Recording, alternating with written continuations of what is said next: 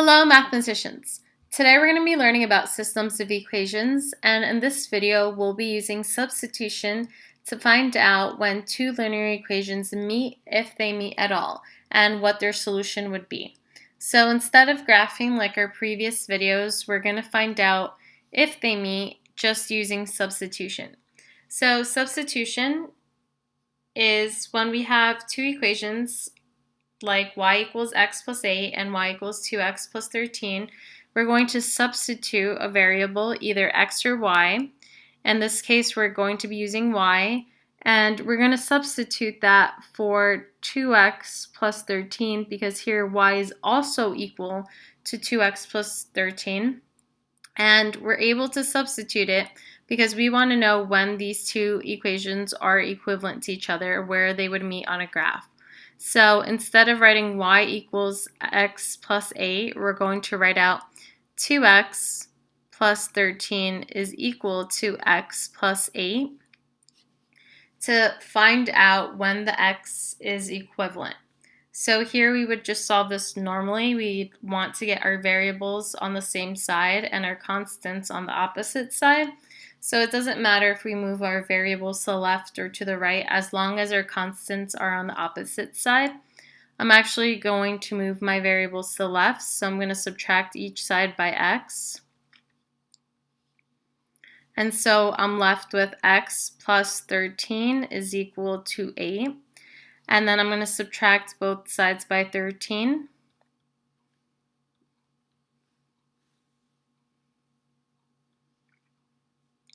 And so these two cancel out.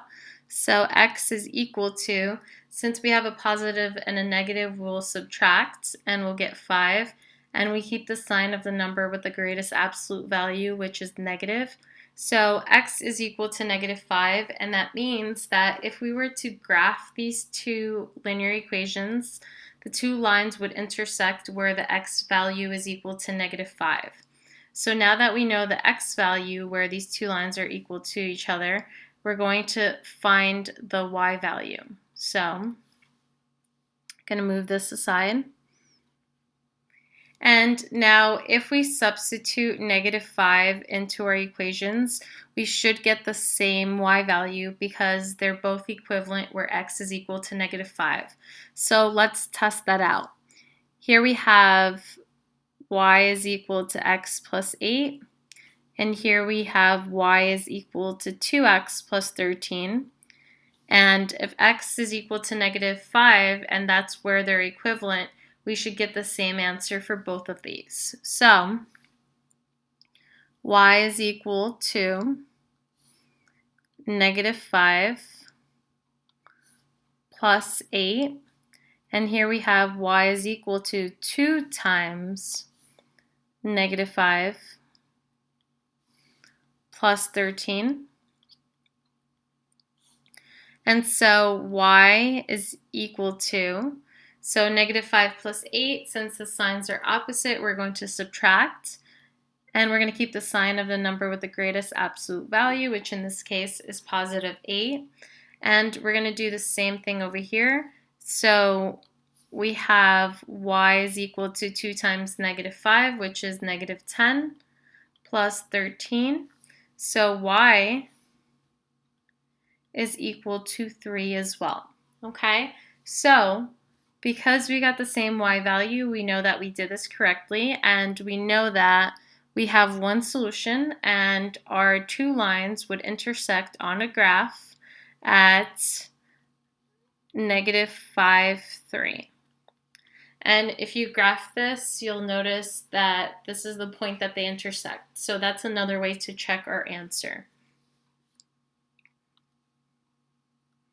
Okay, so here we have, in slope-intercept form, we have y is equal to 2x plus 18, and y is equal to negative 2x plus 2. So we're going to do the same thing. We're going to substitute a y value. It doesn't really matter which one we start off with, and we're going to substitute that y value with negative 2x plus 2. So we end up with negative 2x plus 2 is equal to 6x plus 18. So we're going to solve for x, again, it does not matter what side we move our variables to, just as long as we move our constants to the opposite side. So I'm actually going to move my variables to the right side. So plus 2x plus 2x. So this cancels out. I'm left with 2 is equal to 8x plus 18. And now I want my constants on the opposite side. So I'm going to subtract both sides by 18. So here we subtract since our 1 is positive and 1 is negative. So we end up with negative 16 is equal to 8x. So in order to solve for x, we divide both sides by 8. So we end up with negative 2 is equal to x. So negative 2 should be the x value where these two lines meet at. So if we substitute both of them for negative 2 for x, then we should get the same answer again. So going to rewrite these equations again. So y is equal to 6x plus 18, and y is equal to negative 2x plus 2. So we're going to substitute x for negative 2, so y is equal to 6 times negative 2 plus 18, and y is equal to negative 2 times negative 2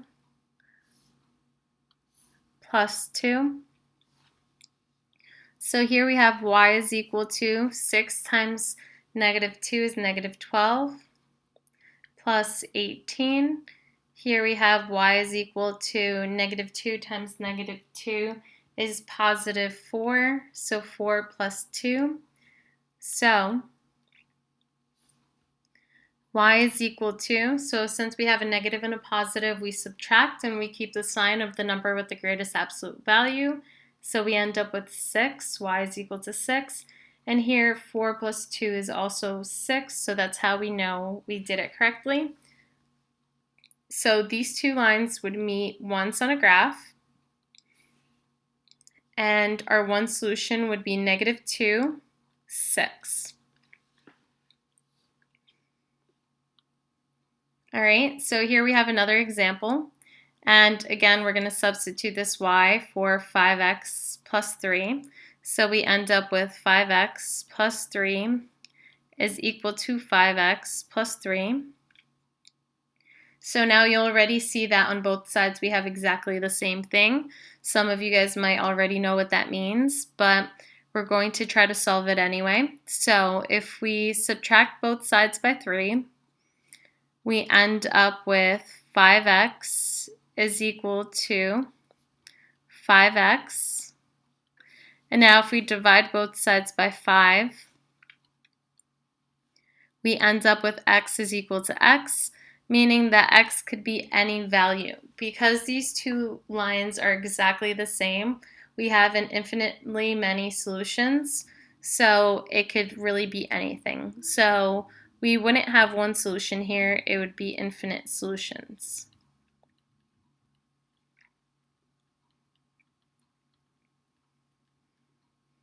Okay, so infinite solutions, and that's it. It does not just meet at one coordinate, it meets at them all. And so here we have y is equal to 3x plus 1 and y is equal to 3x plus 2. So we're going to substitute y. So we end up with 3x plus 2 is equal to 3x plus 1. And if I subtract both sides of the equation by 3x, I end up with 2 is equal to 1. And since we know that that's not true, 2 will never be equivalent to 1. Here we have a pair of perpendicular lines, and that's why we end up with no solution. So these two lines would never meet, not even once, and it's because they're parallel. And that's it.